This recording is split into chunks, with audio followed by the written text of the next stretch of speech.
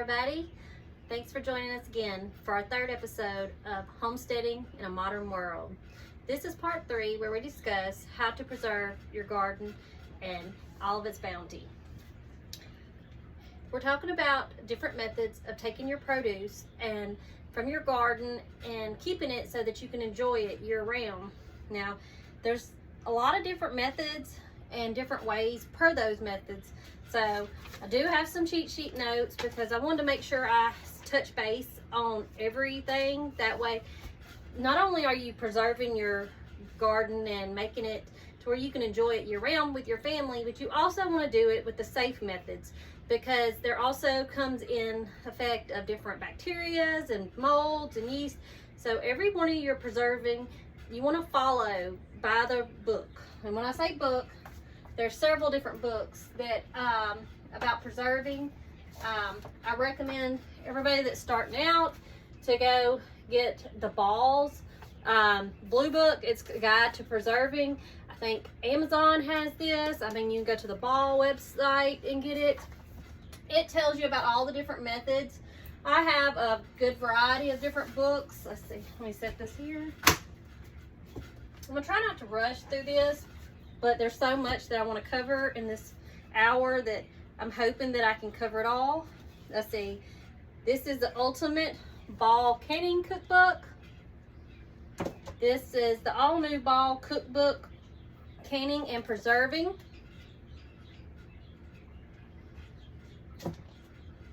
This is Complete Book of Home Preserving. It has different recipes and stuff that you can use. And this is a new one. It's not Ball.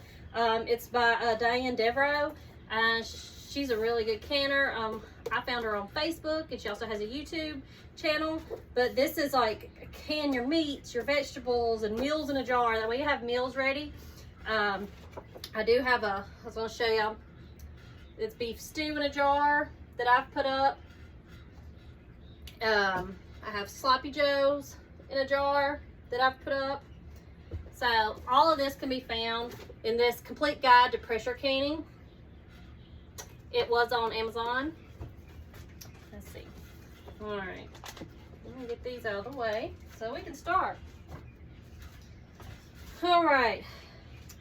In the first couple episodes, we talked about how to start your homestead, how much time you had to put in, or how much size you had, whether it was in town, out of town, stuff like that. And then we showed in part 2 how to start your garden, whether it was a large garden or container garden. So now I want to show you how to preserve it. Depending on the size of your garden will determine the size of your preservation. So I say if you don't have that much preserved, you can always supplement by going to the farmer's market. I did that yesterday because my okra is too hot here. So I bought some okra. This will be pickled okra. I put it in here last night, and I will have it pickled up later today or tomorrow. I fried it. I will freeze some for frying. So supplement what you don't have. If there's something you want to try that you're not growing, that you want to know, well, what I would like to preserve this, then go and put it in your cart at the grocery store. Come home, rinse it, clean it, and everything, and try it that way. So now that you determined the size of your garden, let's move on to the large gardens. You have a big bounty of vegetables. I'm talking 25, 40, 50 pounds of tomatoes. You're overwhelmed. You just keep picking and picking, but you feel like you don't have time to put them up. You can freeze your tomatoes and keep them in your freezer until you're ready to process them. By doing so, you just core them, take that center core out and chop them up, and I always just blanch them, and we'll discuss blanching later on. And then I freeze them so when I have time I can process them. The first method of preserving your crops is freezing. This is what a lot of people are able to do because they might not have the cabinet space. They might not have the equipment to can or dehydrate or ferment, some of the different ways of preserving your food. So freezing comes in. You have your refrigerator. If you they make upright freezers, chest freezers. So all of that is good. So let's start with your blackberries. Let's start with berries. That's spring and stuff starts coming in. You got blackberries, blueberries, strawberries, even your figs fall into the category of berries. What you want to do with your berries is you want to wash them after you gather them up, pick out all the stems, the mushy ones, the overripe ones, the green ones. You want all that. You want to get them all nice and clean, and then you want to drain them and set them aside. Kind of take a paper towel and pat them dry to get them really dry. And to freeze them, you need to freeze them one or two methods. Well, I guess three. You can, it's called a sugar pack. It's 1 part sugar to 4 parts berries. So say you have 4 cups of berries, you'll use 1 cup of sugar. You'll just sprinkle this on your berries, mix it around, put it in your freezer safe container, whether that be a freezer safe plastic container, a freezer safe Ziploc bag. There's several, I think Ziploc makes containers now that you can put them in. I always just do Ziploc bags, or more than likely I use my Food Saver to do that, which is, let's see. This is a Food Saver, and what it does is you have these bags, you fill it up with what you want, you put it inside, like so. Put it and you press it down, and it's got buttons on top that says vacuum and seal, seal and vacuum. And you punch the vacuum and seal, it sucks out all the air that's in there and it seals itself. And once you're done with that, just pop it in the freezer, and they're usually good for up to a year. So you have that method of using your Food Saver. I know Walmart carries Food Saver, Sam's Club has Food Saver items. Different size bags you can buy. There's even a roll that fits inside here that you just pull it out and do it. So that comes in handy when freezing. Now, you can also, on freezing the fruits and berries, it's make your own syrup, which you find in the grocery store. It's strawberries stored in syrup. Now, I think it's in the guide to preserving. There is a chart that tells you how much sugar and how much water to do your fruits in. I don't know exactly, can't remember exactly where it is. But that, if you want to do like extra heavy syrup, light syrup, there's a recipe for that in here to make sure you freeze them with those recipes. Let's see. Always, when you're placing your liquids into your freezer containers, leave to a 1 and 1.5 inch headspace, because that, just like ice, it expands when it freezes. So your liquids will do that as well. So always make sure you leave that headspace so it don't bust open inside the freezer. Let's see. When you get ready to use it, you thaw in the fridge or up to 2 hours on the countertop, and then place in the fridge if the hadn't came all the way unthawed, and then use it as directed. Most frozen things cook faster than raw things, just because they have that extra moisture.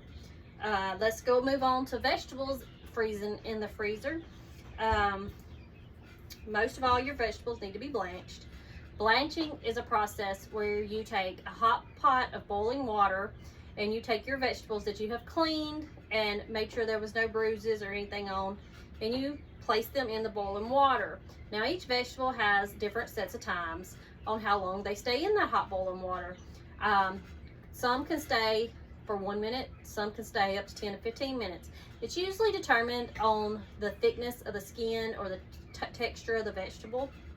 Like I said, your Guide to Preserving book by Ball walks you through that. There's online, I do believe you can find some Ball canning and freezing preservation stuff on the website you can print off if you have a printer. But so once you follow the recipe on the blanching method, you will take it, say 2 minutes you blanch this item. You will take it then and you will put it into your ice bath. Now, placing it into an ice bath, I like to use in my sink this big dish pan, and I fill it up with water and ice, and that way I know it's super cold, And I take the vegetable that I blanched and I transfer it into there. Now I let it sit in there, and by stirring it around a few times for the same amount of time that I blanched it, say 2 to 3 minutes, it'll sit in the ice bath for 2 or 3 minutes. Then I'll take it out, drain it, and put it in my freezer bag and leave my 1.5 inch headspace. I do corn on the cob is one of the main things that I do that way. Most all of my vegetables are canned, but we do enjoy corn on the cob. So fresh corn on the cob year round. So like I said, I use Food Saver. After it's blanched, I stick it in there. I'll usually, it's cooled off, and I still let it kind of cool off a little bit longer, because I've noticed when the Food Saver sucks all the moisture, it's still, that cob is still hot in there. So I let it come to room temperature, and then stick it in the freezer to make sure that it's not really ice crystals everywhere. Let's see, like I said, corn on the cob, you can do it whole kernel, which you would just follow your steps in your book. That's, you're blanching it, cutting it off, draining it, packing it, 1.5 inch headspace. You can do cream corn, same way. You just follow your recipe for cream corn, add it to your package, and then deal with that. Okra, which, good example, I have some. You will take your okra, wash it, drain it, and cut the stem end off. This end right here, you want to cut it off. Sometimes people like to cut the tips off. For that size, I was trying to see if there was any larger ones. Most or all these are the same size. There's a larger one. So for the small size, cut the stem off, cut the tip off, and you can do it. You can blanch it and then soak it. I don't blanch it very long. 3 minutes, I believe, is what it is for okra. Now this one, you can tell, is larger. I would cut the stems off and tip off, and I would probably cut this into 2 chunks, or maybe even and this would be one that I'd cut into pieces, and then freeze it. You can use it later on to fry. Just take it out and defrost it, put your cornmeal on, and cook.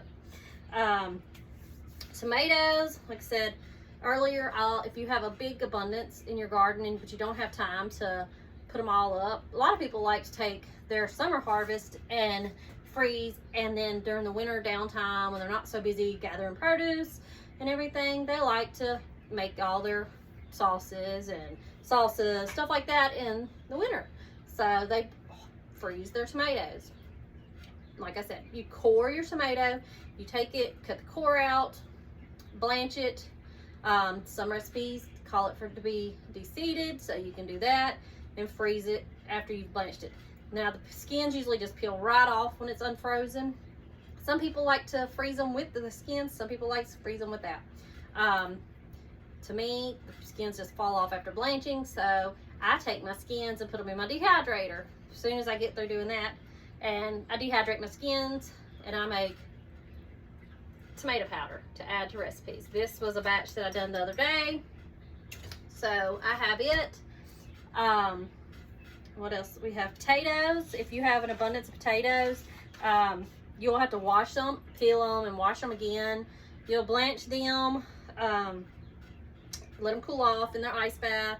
Then you'll put them in whatever container that you use. I personally have never froze potatoes. I know you can prepare like mashed potatoes and do it that way. I guess that's something I need to play around with. I have a couple freezers, but I like my freezers for meat. I like to preserve and put up my vegetables to make them shelf stable. And I do some meats, and I'm working on doing some more meats. That way I do have like chicken, pork, and everything just by itself in a jar, so I can just grab and go for some suppers. Now, squash, like our summer squash, you have summer squash, which is your yellow, green, zucchini squash like that. And then you have winter squash, which is your acorn squash, butternut squash, Jardel squash. There's so many different winter squashes. Now your summer squash, when you're excuse me, when you're doing it, it's simple. You will wash it, cut it up, blanch it, freeze it. Super simple. Winter squash is a little bit different. For me, if you follow the guidelines, it says to wash it, cut it in half, get all the seeds out of the center, because they're kind of like, most winter squash are like pumpkins. They have all the seeds inside and the extra pulp. You'll remove the seeds and the pulp, cut it in half, put a greased baking dish, turn it upside down, the cut half onto the bottom, and about 375 in the oven till it's fork tender. Then you'll scoop that out, puree it, and then freeze it. I haven't done that. I usually don't have that. I just store it in my pantry that way because they last a while, especially if you have a dark, cool pantry. Or if you had a root cellar, they'd last for a really long time because they are thick skinned. If you've ever tried cutting into spaghetti squash or butternut squash, you know how thick they are. So they keep really well. I think I have butternut squash in my pantry that's been there probably 6 months. I mean, it's still firm and hard. I cut into it. It's pretty much going to be the same as it was. So that's how you do winter squash. Now, let's move on to peas because peas are coming in. Purple hull peas, Crowder peas, we have green beans, lima beans, all those different kinds of peas and beans coming in. All of them, you'll just take, you shell them, you wash them really good, you'll blanch them. I think it's 2 minutes in the blanch, 2 minutes in the ice bath. Then you'll drain them really well. Make sure you drain them really well, that way there's not a lot of ice crystals. Bag them up. Now, a lot of people do it in Ziploc bags. That's, to me, if you're going to freeze your beans, it's the fastest way if you don't have a food saver. Now, it would take a lot of other kinds of containers for beans to have a good large serving size. So, you could have the food saver, pick your little individual bags, scoop as many cups as you know that you'll use in a serving, seal it up, it's ready to go in the freezer. Like I said, most vegetables last up to a year in the freezer, so freezing is a wonderful method if you have room, and that's how you want to do it, or you don't have access to other ways. Let's see. So I think we've covered everything on the freezing part. Just about anything can be frozen. Just make sure you blanch it first. That kills all the bad bacteria that grows on the outside of all the vegetables. Even though you've washed them, it still has some different kinds of microorganisms stuff. So you are getting that temperature up there and you're killing the organisms that live on the surface of those vegetables. So make sure you do that. And I think you're good to go with freezing if that's the way you want to preserve your food. We can move on to dehydration. Now, I know you hear people talk about dehydration, you think beef jerky. And that's a lot of people say, oh, you make beef jerky. I really don't make a lot of beef jerky. It's good, but we eat it really fast, and it's expensive. But I do like to dehydrate. Like I said earlier, my tomato peels. I mean, there's multi-uses that you can do, like onions. If you have an abundance of onions. You don't have to freeze, but I want to mention, go back. Your onions, your peppers, your herbs, to freeze those, do not blanch those because they will lose their flavor. So just rinse them, cut them up, freeze them just like that. So I want to put that in there because I know a lot of people like to cut up onions and peppers to use as seasonings and stuff. So just remember, anything that you're using as a seasoning, don't blanch it. Now, back to your onions and dehydration. Take your onions, slice them up really thin. When you're dehydrating, it's best, I have found this food slicer. It's like a mandolin. It's got different lengths, thicknesses of the blade.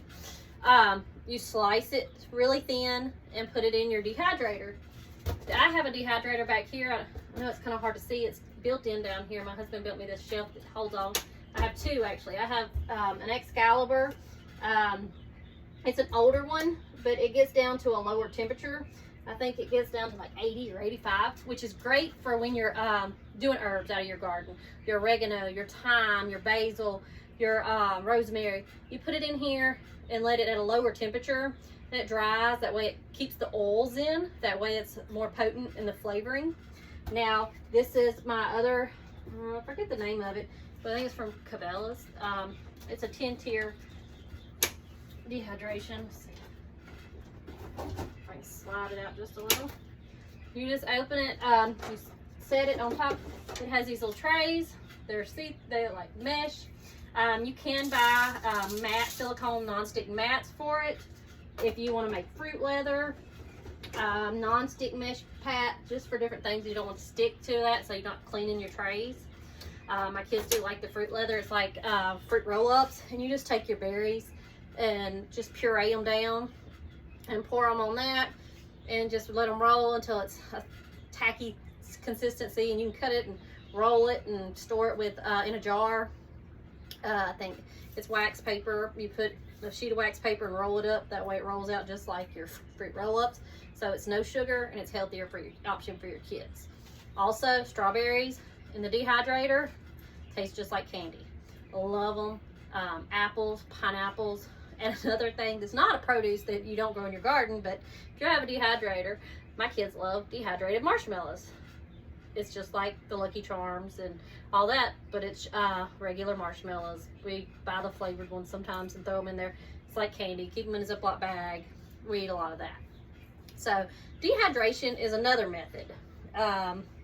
You need to keep your temperature. Some people use their stove. Their stoves will get down to a lower temperature so they can dehydrate in their stove. Now, I personally have never done it in a stove, but you have to keep that temperature steady. It does take longer in a stove because the dehydrator, they have built-in fans, so they're constantly sucking the fat, keeping it circulated and everything. So you do want good ventilation. Now, when you're dehydrating your onions and different peppers to make spice blends, I recommend taking it outside and dehydrating on your porch, because if not, it'll really be potent in your house because it's blowing back that smell. Trust me, from experience. Let's see, fruits benefit before you dip them in a protector like lemon juice or lime juice before dehydrating them. That's why they just don't turn brown on you. They also have its ball has a fruit protector, which I don't have none because I use lemon or lime juice, whatever's on hand, as mine. But you can dip it in that to help preserve the color of your vegetable. Store in an airtight container. Like I said, jars. You can put your dehydrated stuff in a jar. My food saver also has an attachment. It goes on your jars. It just sticks over the top of them and you push it down. This is a wide mouth attachment, and this is your regular mouth attachment. But it's got a hole in the top. You just take your little tube, stick it in, and I'll stick it. See if I can do this with 2 hands. So let's sit it down. My food saver has a little place right here on top where I stick it in. Now, it's not want to stick in that one, but I do have another one inside here. So you just stick it in. Well, it's going to be aggravating, but you stick it in there, and you hit the seal button, and it vacuum seals your lids. This is only for dry foods. Don't food save your canned foods. This is only for that. You can put oxygen absorbers. You can buy them off Amazon, packed like thousands in a packet. Like I said, this is food saver jar attachment. Rice, flour, cornmeal, anything you want to store in these half-gallon jars, put it in there, seal it, it lasts on your shelf. Makes it shelf stable for longer. That way you don't have to worry about, weevils or bugs or anything like that if you have any hotter areas. Dehydration removes the water. It removes 80% of the water from whatever you have in there. So there's still some moisture to it. That's why you have your oxygen, and that's why you want to seal it, and you want to keep it between 50 and 70 degrees in a cool, dark cabinet, because you don't want it to be, you want it to be cool when you put it in the jars, because you know how when you put hot stuff in to containers, it steams up the side, even though it's just moisture. Wait till your items are cooled out of here, turn it off, let them cool, then place them in there. That way you don't have that yeast and mold build up and get your bacteria. To rehydrate your dehydrated vegetables, it's usually the fastest way is in boiling water. It rehydrates it faster. Now, the bigger the item that you dehydrated, the longer it'll take to dehydrate, but the longer it'll also take to rehydrate. Thin sliced stuff is the best way to go on rehydrating dehydrated stuff as well. You do, like I said, herbs, your fruit leathers, veggie and chips. You need healthy veggie chips, trying to get the kids away from potato chips. You can even take potatoes and make your own potato chips. So basically that's dehydrating for you. Super easy. Pop it in there. Wait. Different things have different hours. of dehydration time, because some of the things take overnight. Some things take longer. Just depending on the water ratio in them to how long they're going to take to dehydrate. Another quick thing that we can talk about, I'm saving canning to last because there's more steps in it. I want to talk about your fermenting. Fermenting is also a method of preserving your food. It's not common. A lot of people don't like it, but it's using a salt brine. You can buy these little, it's a fermentation lids and springs set from Walmart. I don't even know sure when I bought this, because I do want to try it. I haven't fermented anything this way, but basically you fill one of your jars up. Let's see. Let's move this out of the way. Fill your jar up, which you probably wouldn't use this big of a jar. This is actually for regular mouth quart and pint jars. But you'd fill it up with your vegetable of choice. A lot of people do cabbage. They make sauerkraut. They make kimchi, carrots. I don't know if I'm saying it right. Tapachi is a pineapple drink that you ferment the pineapple with cinnamon and stuff. It's a Mexican drink. You ferment it in there. Kombucha is really popular. You use a SCOBY in your fermenting process to make your kombucha teas. There's actually some really good kombuchas out there. Mustard, hot sauce, Worcestershire sauce, all those different sauces you can use by fermenting. So you just want to make sure that whatever vegetables, you can make your salt brine or whatever kind of brine that the recipe calls for. You want to make sure your vegetables are at least an inch under the brine. And that's where this spring inside here comes in. It's going to push your vegetables down. Now your fermenting lids have a little valve. You do want to unscrew and let some of those gases out every day. You know, just kind of unscrew it, let some of the gases out, put it back on. Because if not, well, we know what happens if it builds up. You'll have a nasty, stinky mess. Go by your recipe on how long to ferment your foods. They like, let's see, I think it's like 65 to 75 degrees. You don't want to be any hotter because then that moist brings in your mold and your yeast. Anything cooler just takes longer in the fermenting process. So just store in a dark, undisturbed place. So I think that's about fermenting. You know, like I said, Ball has some fermenting recipes or some on Pinterest and Display. Just make sure you're doing a safe, tested recipe. Another way of preserving your food would be curing and smoking it, which is mainly is just if you had a farm, if you had pigs or cows or something that you're wanting to preserve the meats from them. That's mainly where the curing and all that and smoking comes in. And that's using salt to cure. You're using the salt to pull out the moisture of the meat, but the smoke and the slow heat and everything kind of makes a crust on it, encapsulating all of your good nutrients inside there. So that's like bacon, ham, salmon, prosciutto, different things. So just in case, you know, you're starting a homestead, you wonder, well, how am I going to put this up, or if I'm running? That's something, this is more advanced, but hey, some people like to try new things. Freeze drying, I do not have a freeze dryer yet. That is on my list, so one day I'll have it. Harvest Right has an excellent freeze dryer. They have different sizes. Freeze drying is much like dehydration, except that it takes 98% of the water out by vapor. It's pressurized vapor, so it takes it out and makes it more shelf stable. Dehydrated stuff with your oxygen absorber probably lasts up to a year on the shelf, as where freeze-dried materials, if sealed in your Mylar bags, you know, so that's a non-reflective bag, or jars or something, will last, I've read, up to 25 years. Now, I don't know, but you know, that's what all your, MREs and stuff, that's how they're made. It's freeze dried. You can freeze dry your vegetables. You can freeze dry your meals. I've seen spaghetti. I've seen soups. I've seen everything freeze dried. Candy. I mean, different things freeze dried. So freeze drying is another way to preserve your food. Eggs. I get that question a lot too. While we're on the meat question and all that talking about, I know it's about your garden, but it's about homesteading, and you want to preserve your eggs. Well, you can take your eggs and make sure these are clean eggs. Now, I know sometimes it rains and stuff, your eggs are, you know, they can keep on your counter for, which I think that's about time to go collect some. but I keep mine in a little basket. It's not washed. I wash it when I use it because it has a bloom on the outside of it, and you don't want to wash that bloom off because that's what keeps it from getting bacteria in the porous holes.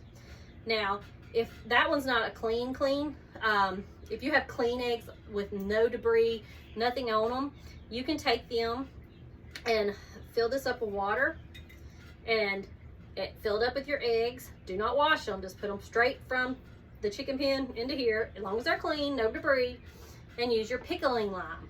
This is called water glassing. I'll have to make sure and look up how the exact ratio is. I can't remember it offhand. But you put your lime in here, kind of stir it gently, mix it up. Make sure your eggs are all under. This leaves them on your shelf for up to a year. Pull them out, rinse them off, use them as normal. You can also dehydrate. You can mix up your eggs and dehydrate them. It takes longer. The consistency is not the same, but you can do that. Freeze drying. A lot of people freeze dry their eggs. They put them in the freeze dryer. It sucks out all the moisture. It comes out in sheets and it just cracks. Throw it in a blender, powder eggs. Use it in recipes, use it in baking, anything like that. And even you can reconstitute it into scrambled eggs. Freezing your eggs. Eggs whites tend to get rubbery if they froze alone. So take your eggs and crack them and just kind of gently mix them up. You don't want to stir them and get those air bubbles going. Just kind of back and forth to make a slurry kind of.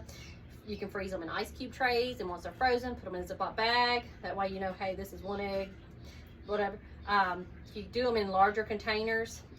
3 tablespoons equals 1 egg of frozen slurry mixed eggs. So that's eggs. So that's another way to do eggs. So let's go back to canning. That's what we're all waiting for, I know. Canning has 2 different methods. Well, I guess 3, but 2 mainly. I'll start with the easy one, water bath canning or steam canning. When you're canning, there is high acid foods such as your pickles, apples, tomatoes, peaches, stuff like that. Now, that's what you do with the water bath canner.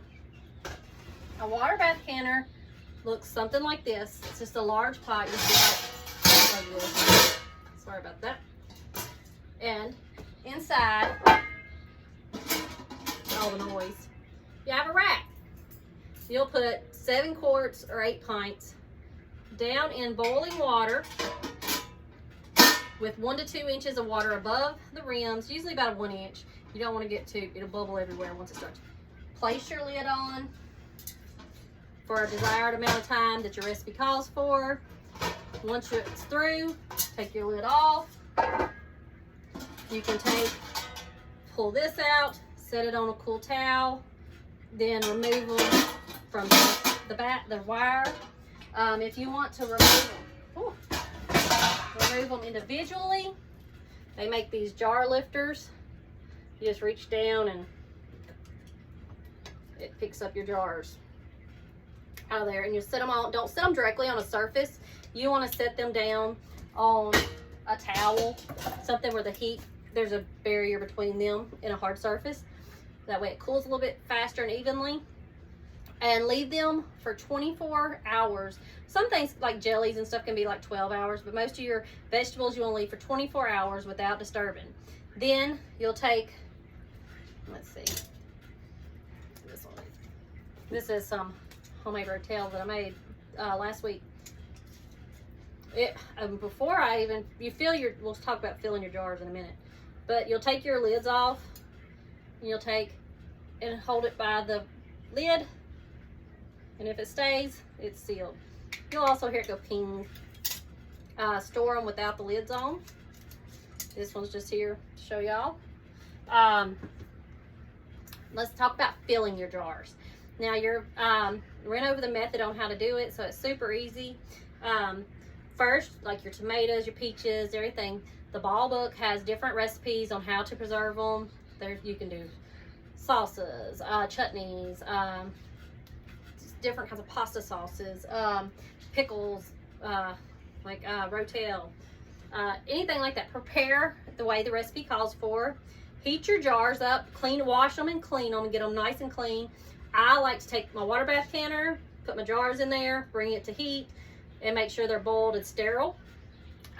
Once you have your sterile jars, this is what you'll put hot liquids in. You'll take your hot liquids that you've cooked down. This is a jar funnel. It just kind of helps keep it in there, and it sits on top, and it goes up to even wide mouth. Set it in there, scoop it in there. Different recipes, you always want to make sure on the headspace. Jellies and jams and stuff, it's about a 1/4 inch headspace. They don't need a lot. Now your vegetables, you want 1 inch headspace.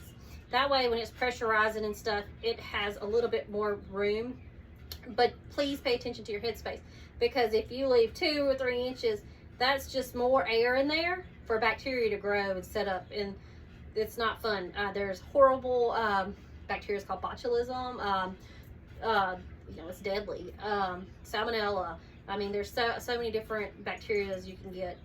So always follow your recipe and do the headspace. But once you're got it filled, you need to clean the top of your jars. Inspect them for cracks and chips and stuff, because that'll prevent a good seal, with white vinegar. This is my little thing. It's just a little top. I think it actually, you can buy, I bought mine at off Amazon, but you buy them at the dollar store. You just pump on it and it comes up, and I wipe my lids. You can never wipe too much, so if you feel like you haven't wiped enough, and I always wipe the rings around it, the little screw lid rings. And once you have everything packed in there, you have a debubbler. Let's see if you can see, it's kind of translucent. And this thing has a, on the end, it tells you the different head spaces. So it kind of helps you stick it on top of the jar, and it tells you the different head spaces. But you use the pointed end, and you debubble. You want all the air bubbles out before sealing it. Then do the white vinegar, and you'll put your lid on. And once you put your lid in, screw your ring on, just finger tight. That's it, just enough that your fingers can do, that's it. You don't want to overdo it, because you will never get it off, or it could cause your jars to bust. Once again, when you take your lids, keep them in a warm pot. That way that seal can be moist. This is called a lid magnet, I guess, a jar lid. I don't know, it picks up your lids. I keep lids on hand. You can buy just the lids, because, I mean, I have rings for days. But it picks up your, well, can't really tell here. It picks it up off and helps you stick it, because it's kind of warm, so you don't want to burn your fingers. Water bathing pickles. You have, it's ball, and you also have, you can use the pickle crisp from Ball to make your pickles a little bit crispier. Mrs. Wages is a really good brand. Salsas, pickles, different things that you can use for pickling.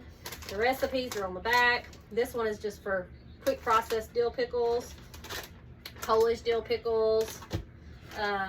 This is a medium salsa. I do make my own salsa mix, but I thought I'd grab this because I thought, I'll try that when we have a lot of tomatoes and a lot of jalapenos. Your pickling salt, like I said, here's your lime that you can do like cucumber lime pickles. Water bath canning, you also do your jellies and jams, which I find I use my steam canner. This is a steam canner. It is uses less water than a water bath canner because it uses steam. It has a little, it's just a low rack in there. You put, I think it's 2 quarts of water in, 7 quarts to 8 quarts of jellies and jams. Heat it up, set this on top. It has a gauge on top. I know you can't really see, but it goes by colors and your zone as far as your altitude. Now in canning, you need to know your altitude. That way you know different pounds of pressure for pressure canning and how long to cook something. Here in my location in Hot Springs, I am like 967 feet. So I do the 10 pounds for the 1,000, up to 1,000 altitude. So when that little thing gets to the green, I think it's green here. Oh, it's the blue. When it gets to the blue and it lets me know, hey, it's in your zone, then I start my timing by the recipe calls for. Jellies and jams, are super easy. Some are low sugar, some are no sugar, some, you know, just different ways the recipe calls for. It'll give you different options. Certo makes a liquid pectin. Some recipes call for liquid. This is a Sur-Gel. This is your original for when you use a lot of sugar. Like some recipes call it 6 cups of sugar. It's a lot. This is your less to no sugar recipes. Pectin, it's in a pink. So regular is yellow, no sugar, less sugar is pink. Kind of think about your sweet and low or whatever kind of sugar sweeteners, pink. Different like fruits call for like plum, I think. Different ones call for liquid. I have big canisters of, let me see.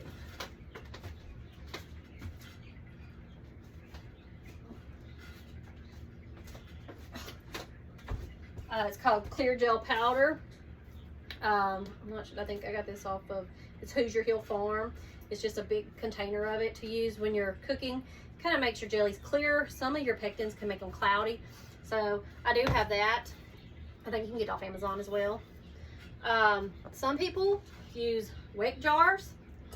They are the little, they don't seal, they don't have rings. They have these little clips with a little seal. And you have to get the seal on the just right. You put it on there. I use this as a sourdough starter jar.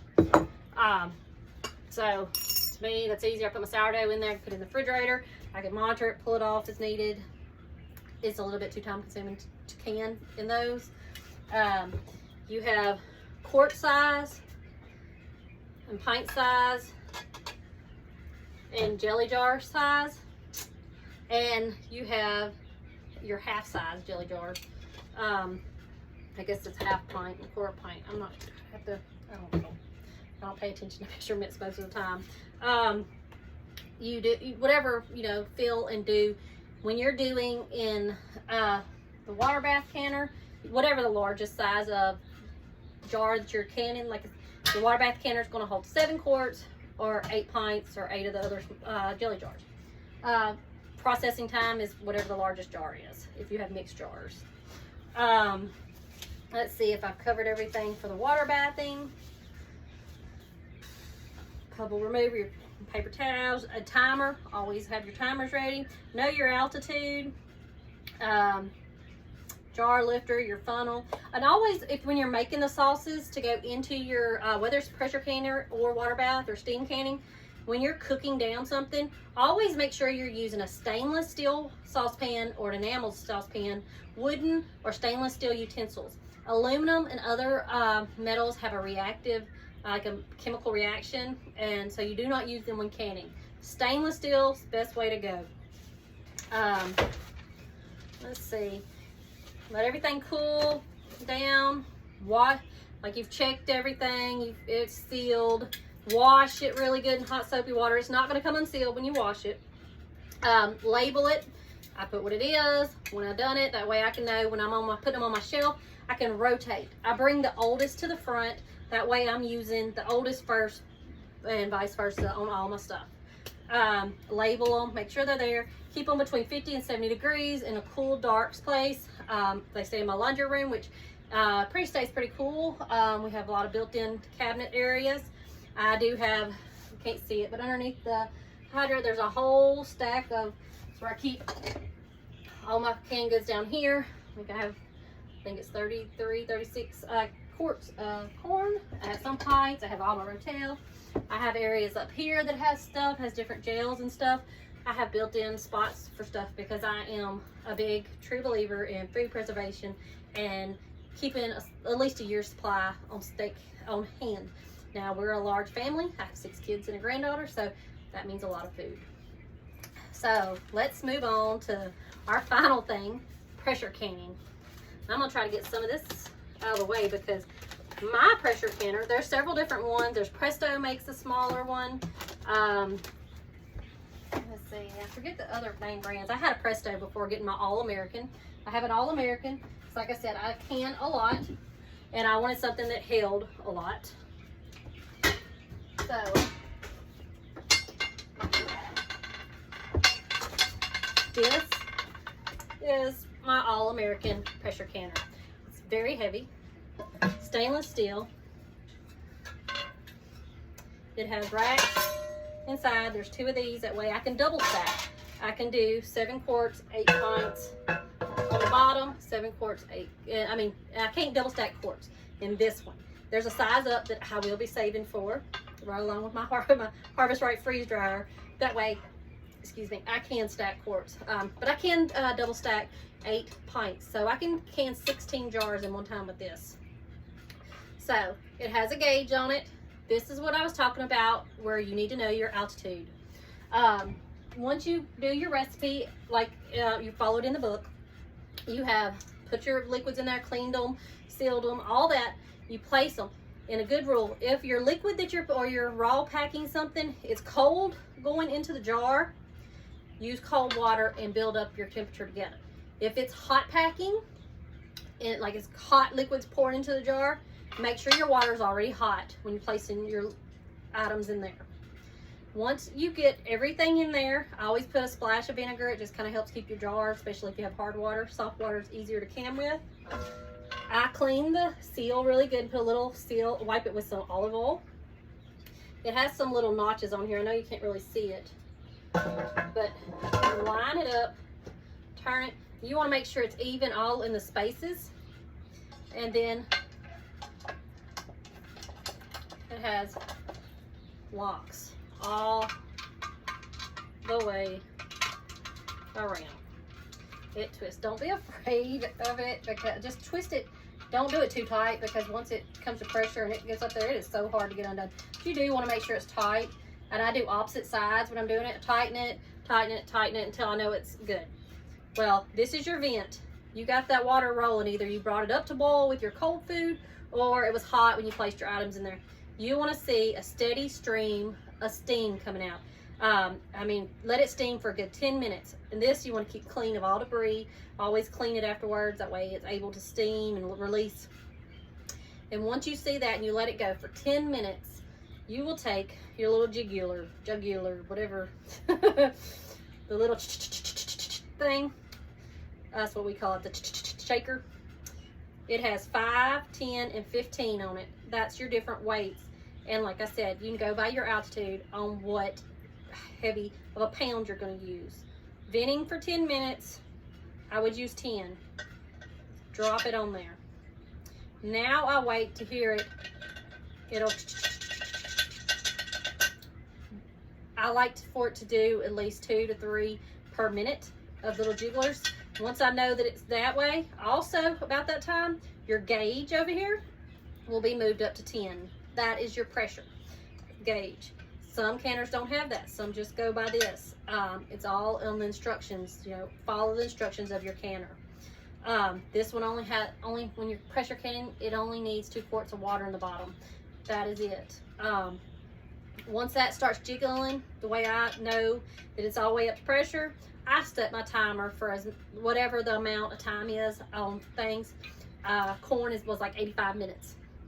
So I have to let it go for 85 minutes. Now, as soon as that 85 minutes is up, I turn the heat off. Once that heat is off, I let it depressurize. By depressurizing, I mean it comes down. I do not remove the little jugular. I let this pressure come all the way down till 0. Then I remove the pressure and let it exhale. I don't let it sit too long, about 5-10 minutes after it's depressurized and there's no more steam. Then you take it out just like you would everything else, like water bathing. You would take it, untwist your things, and even with your water bath canner and your steam canner, when you remove your lids, remove them away from you. That way the steam's going out here and not in your face, because I forgot to move my jugular. It will burn you. Steam is very, very hot. So that is pressure canning. You can pressure can all your different tomatoes, beans, peas, corn, meats. I done my rotel that I done. It was done in the pressure just because I like to pressure can the way I know it's sealed. beef stew. I think it's 90 minutes for your meats. This was raw packed. It was packed in with carrots and potatoes. Follow the recipe.